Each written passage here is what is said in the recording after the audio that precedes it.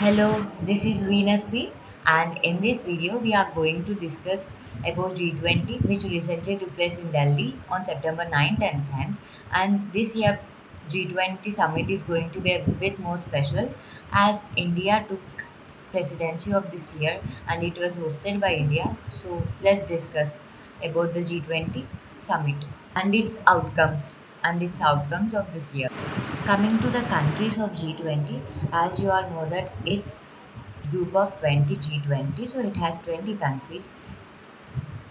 So the countries goes like this: Argentina, Australia, Brazil, Canada, and China, France, Germany, India, Indonesia, Italy, Japan, Republic of Korea, Mexico, Russia, Saudi Arabia, South Africa, Turkey, United Kingdom, and USA, and along with European Union. And as you all know that this year under Indian presidency, African Union is also going to be a permanent number in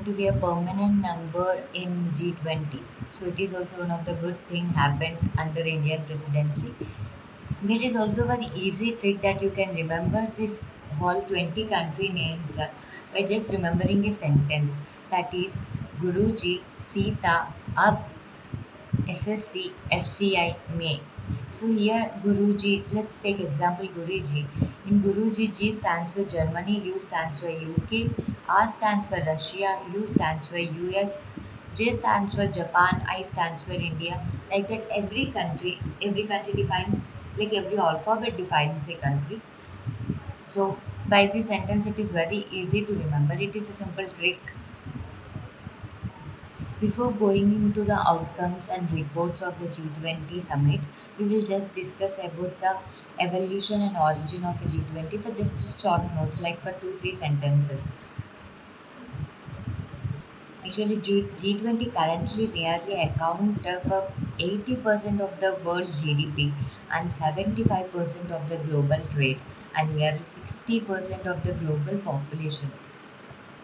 So by these numbers and statistics, we can clearly define that how important G20 summit for this world, like on for this world. And coming to the origin and evolution of the G20, actually G20 was founded in 1999. Before that, it used to be like Asian financial crisis, as it is a forum which is actually for financial ministers and central bank governors. They discuss about global economic and financial issues. Later, it became G20.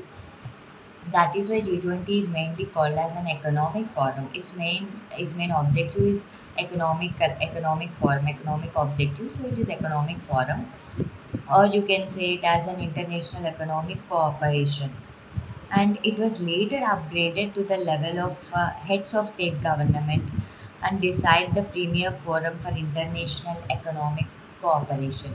Before, it used to be a for ministerial and central bank governors summit, but later it upgraded into a heads of state forum. And I think from 2011, that yearly summit where one country hosts the rotated summit started happening from 2011. And in this rotation, this year 2023, India is hosting the G20. And coming to this, its organization G20 neither has any charter or secretariat. It actually mainly depends on the country who is presiding. So the presiding country only take care of all the things the G20 organization needed of that year, and next year the other country. So it neither has any charter nor any secretariat. So this year, India hosted the G20 summit with the theme One Earth, One Family, One Future. So it mainly defines our early code, that is Vasudhaiva Ka Kutumbakam, which came from our early text, ancient text. This year, along with 20 member states, India also invited nine other nations and also 14 international organizations also. And you all know that Africa became a permanent member of G20 under Indian presidency. And to express the voice of global south very strongly, even our country Sherpas rarely consulted 125 nations. 125 nations were consulted to express the voice of global south very loudly. And even the events of G20 ministerial meetings were conducted in 60 different cities of India, so that all the infrastructure of the 60 cities and the cultural difference of this diversity and unity in India can be projected very well to the world through G20. So the kind of 60 different cities were conducted different ministerial forums and meetings of G20. Coming to the Delhi Declaration, initially there was a problem actually till the 9th September morning, like 8th September midnight, that Delhi Declaration was not jointly approved. So that there was a tension in that. But at the end of the day, due to some changes that took place and of to lot of work, all the Sherpas worked together and made the joint declaration, Delhi Declaration, approved by all the countries together. What are the issues? What might be the issues created in not approving the before declaration, Delhi Declaration? Things like between Russia and Ukraine war, that was an like Russia and China were opposing that statements saying that it is not a geopolitical organization. G20 is a complete economical forum, so it has to focus on economical aspects. You should not bring the war and these issues declaration into the declaration of the summit. But what in India said that the the war between Russia and Ukraine doesn't affected only the geopolitical issues of the nation, but it also affected the economical aspect of in many countries due to the sanctions and due to the like stopping of Black Sea, the grain, and lot of sanctions and imports and exports, trading issues. So many problems are facing economical issues and inflation in many countries. So economically also it is impacting. So it is very important to address these issues when it is economically impacting. And there is also one more issue in climate change. So climate change between developing countries and developed countries, because they has to release some fund for developing countries to achieve their goal in climate change. There also that climate change paragraph was not accepted by developed countries. So like these three four issues were there where some countries opposed it, mainly Russia, China, US, and the EU. So after making some changes, finally they agreed to the joint declaration. Mainly in Bali. Bali is the summit which happened last year. G20 summit last year was hosted in Bali. In Bali declaration, there was a statement on Ukraine that Russian aggression on Ukraine. So that sentence was literally opposed by everyone, because Russian aggression was on Ukraine was a little bit more like more harsh towards Russia. So in this year Indian declaration, we just mentioned that need for peace and tranquility in the Ukraine as per the rules of UN Charter. UN Charter. Nowhere Russia's name was mentioned in this issue as a whole.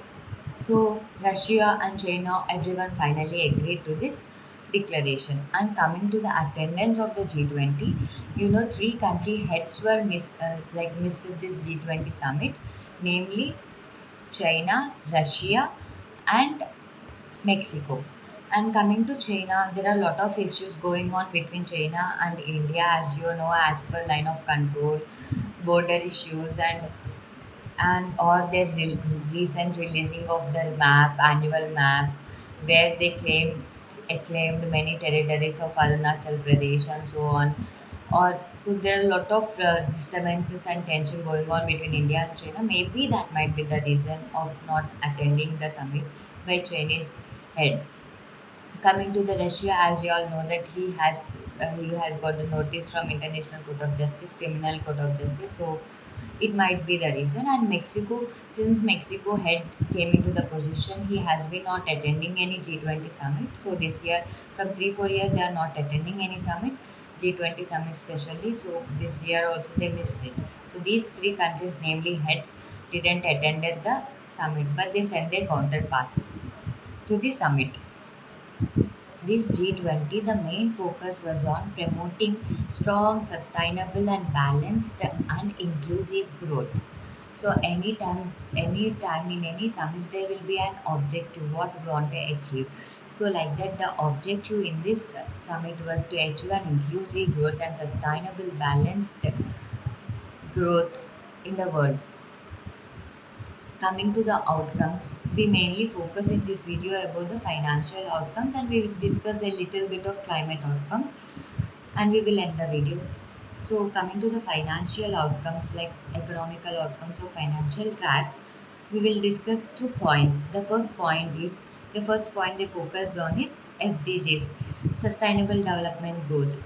So accelerating the progress of SDGs was their main objective, and for this, to achieve this, they have come up with an action plan. Actually, they come up with an action plan. As you all know that SDGs means Sustainable Development Goals, which are namely no poverty, zero hunger, good health, well-being, quality education, gender equality, clean water and sanitation to people, like affordable and clean energy, or decent work and economical growth in the country, industry and innovation and infrastructure, reduce inequalities. Reducing the inequalities in the nation, and sustainable cities and the communities, responsible consumption and production also, and climate action, like life before water, like life below the water, like aquatic life and life on land, like bio animals and as everyone, and peace and justice, strong institutions, like partnerships for the goals. All these are SDGs, which were the urgent call of for action by all the countries, which were accepted in the UN as which need to address very urgently, which are the problems which need to be addressed very urgently. And these were adopted by all the UN member states in 2050 as the agenda for 2030. So as per their goal, all this has to be achieved by 2030. These are all SDGs. So there is a very much need to keep in track with them in every summit, whether it might be economical forum or geopolitical forum or climate forum, any forum. Keeping a track on this SDGs help us to make sure that we are not losing the track about our goals. We are about to achieve our 2030 agenda, which are very basic needs which need very urgent action for the welfare of the world. It also envisages the Green Development Pact. It also envisages the Green Development Pact for sustainable future. For our sustainable future, it also envisages a Green Development Pact. That is development without harming environment, which is green. Green Development Pact. And there are also some more areas which were focused, which we need to track down and which were mentioned or addressed in G20 are voluntary principles on hydrogen, Chennai principles for a sustainable and resilient blue economy, like Deccan principles on food security and nutrition, like that, so on. Many such things were focused and addressed in the G20 summit. And high level principles in lifestyle for sustainable development.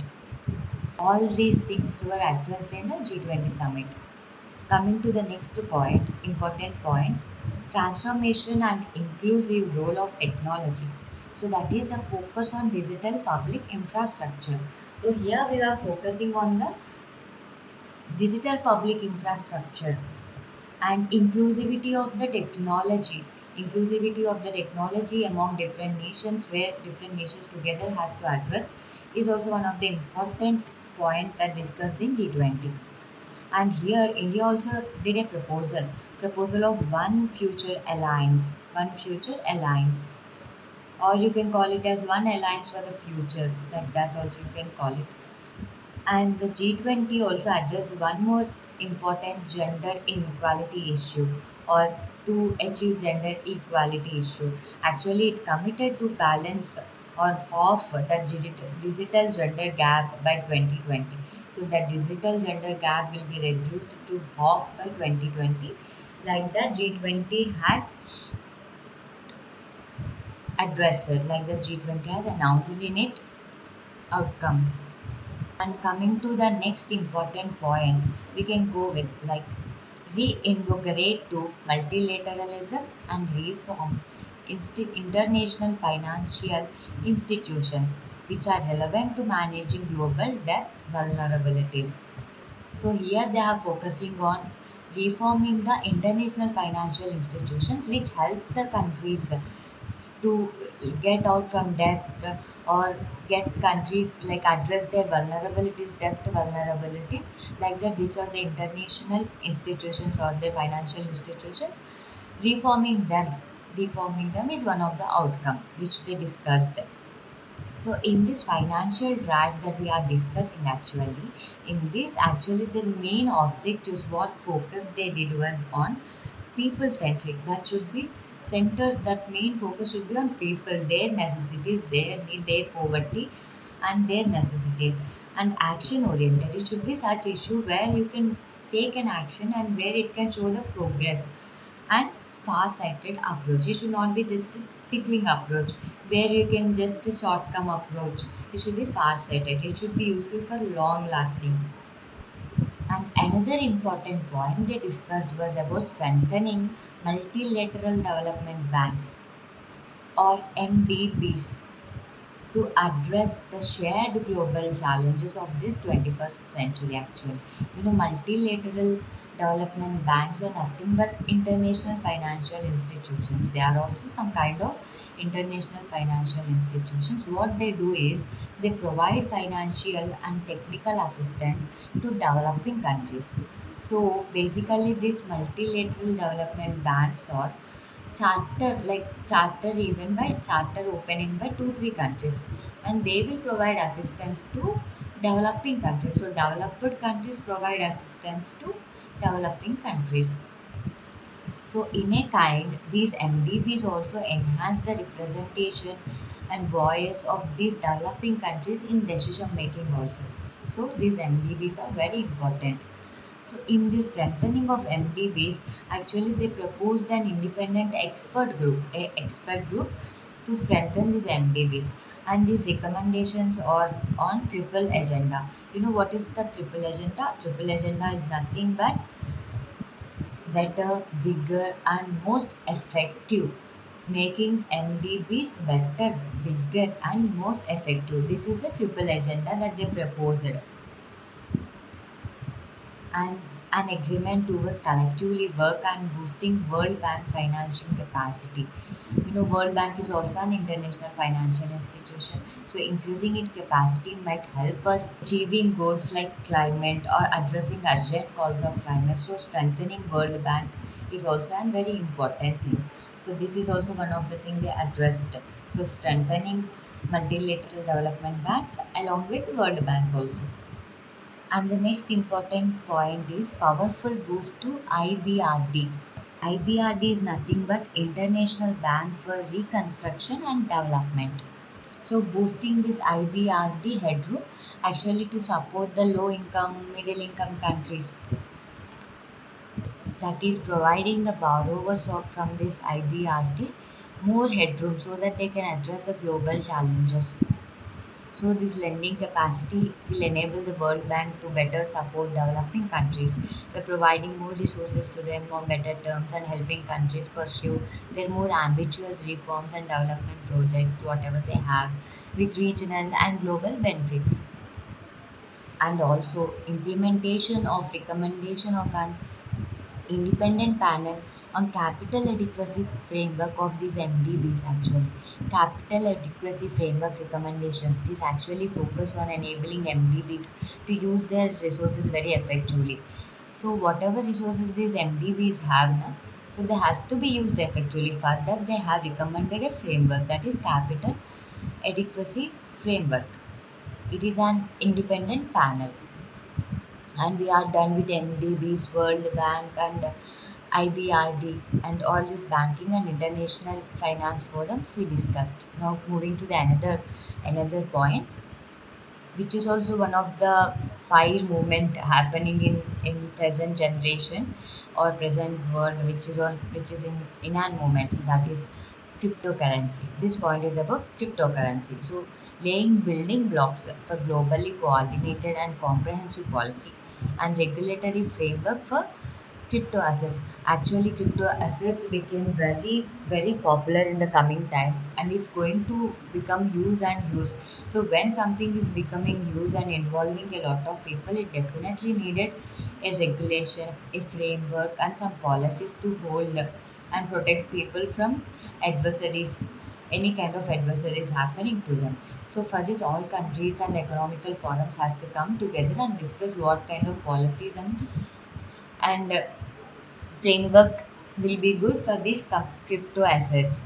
For this, actually, IMF, FSB, and whatever the G20 presidency will do, whichever country will be there. So these three are going to discuss together and write a synthesis paper on them and discuss these framework issues. So international financial organizations are going to discuss and make the framework and policies for these crypto assets.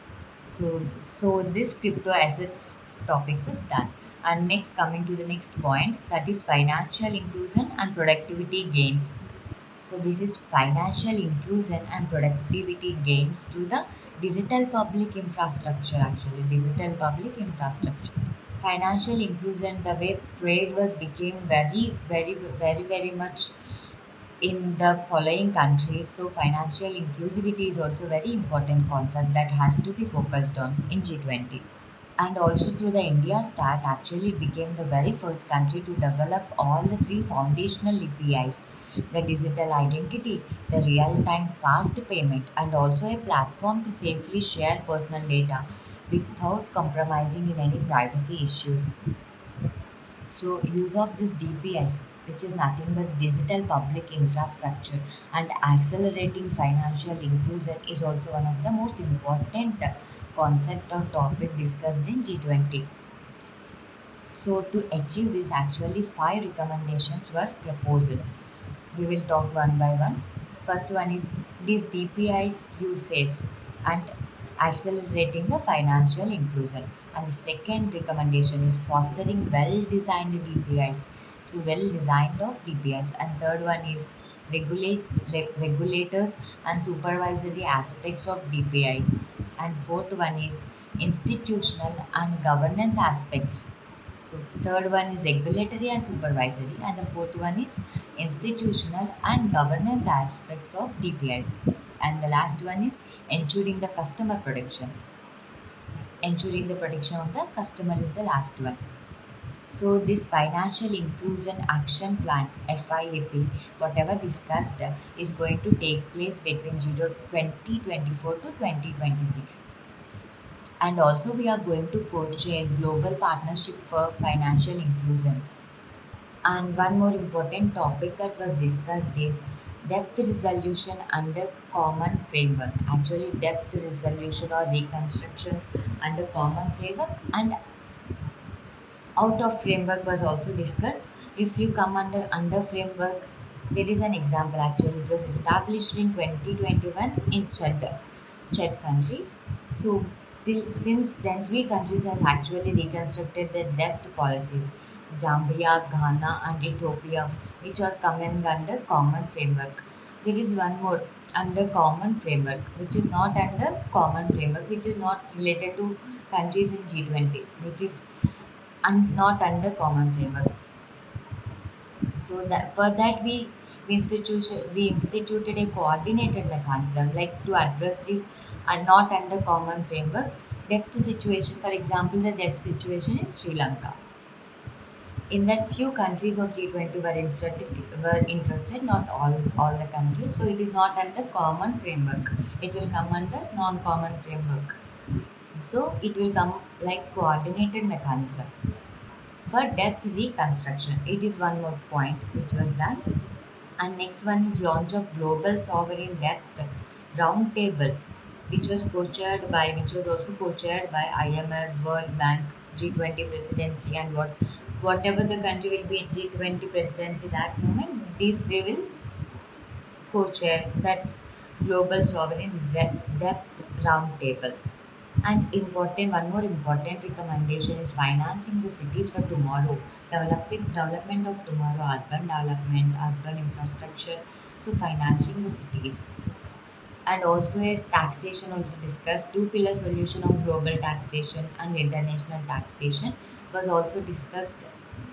So after lot of discussions and negotiations, actually the members of OECD, Organization for Economic Cooperation and Development, or G20 inclusive framework, actually on the base of erosion and profit shifting, they urged a two-pillar solution to address the taxing challenges that are arising from digitalization of the global economy.